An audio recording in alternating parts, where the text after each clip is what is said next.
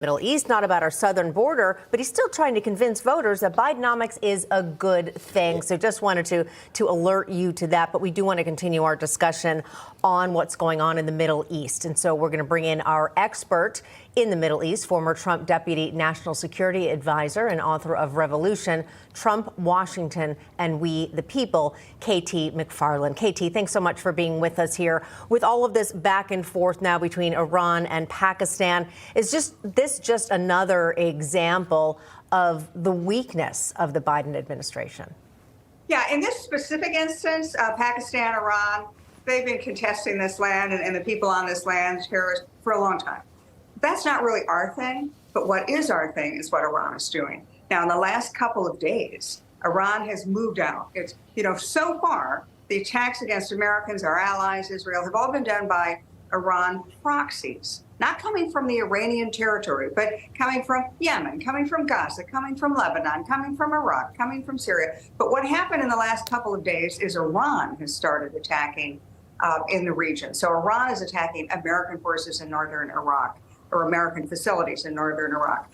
Iran is attacking Pakistan. Iran is flexing its muscles. Why? The point that you made. It's because the perception of the United States weakness, nobody's holding Iran accountable for anything, so they keep going. And the worry I have in all this is if we don't take out or respond in a serious way to the people who are trying to kill our people, take out the missile launchers, do serious attacks on the Yemeni, the Houthis in Yemen, et cetera, that what's going to happen is they're going to do one after another attack until they eventually kill Americans. And then we're in a war.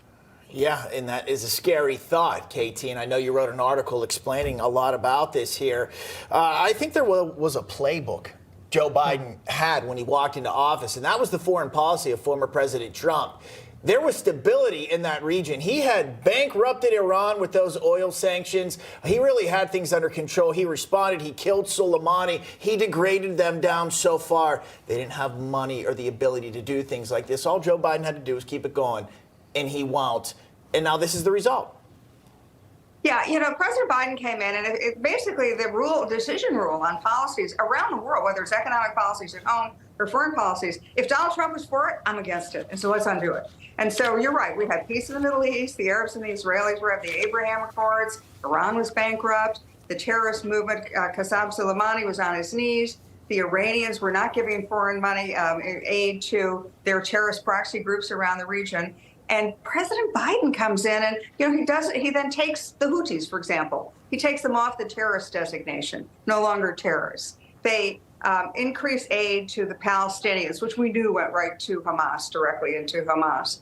And then all the other things, but particularly President Biden stopped enforcing the sanctions on Iran, gave Iran direct transfer of money, and then by President Biden's energy policy, drove the price of energy, oil, through the roof and enriched Iran. So, of course, you've got an emboldened Iran. And now that Iran is moving out in the region, what's happened is that the Biden administration isn't responding. They're either looking the other way, pretending it isn't happening, or they're doing what's called perimeter defense. In other words, what we just shot down today. So if a missile is on its way to hit an American ship, well, that's when we strike and we hit the missile out of the air. We don't go back to the source of the missile in Yemen. We don't go back and destroy the missile launcher so that missile launcher can't launch any more missiles.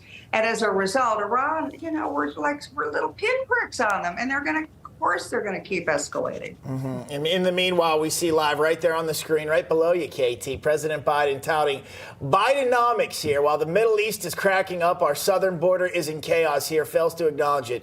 He's on the campaign trail talking about his economic plan that simply has done nothing to alleviate inflation for hardworking Americans. KT McFarland, we love having you on. We appreciate it. Thank you so much for joining us on today. Thank you both.